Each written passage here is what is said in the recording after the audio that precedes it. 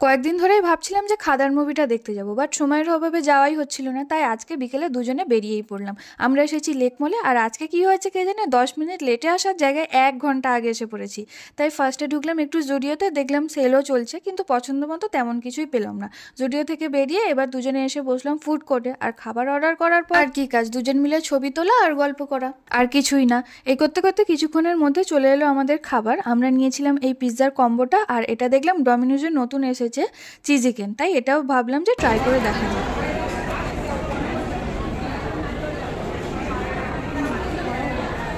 তো খেতে তো বেশ ভালোই লাগলো আমার। এরপর শো টাইম মতো আমরা ভিতরে গিয়ে বসে পড়ি।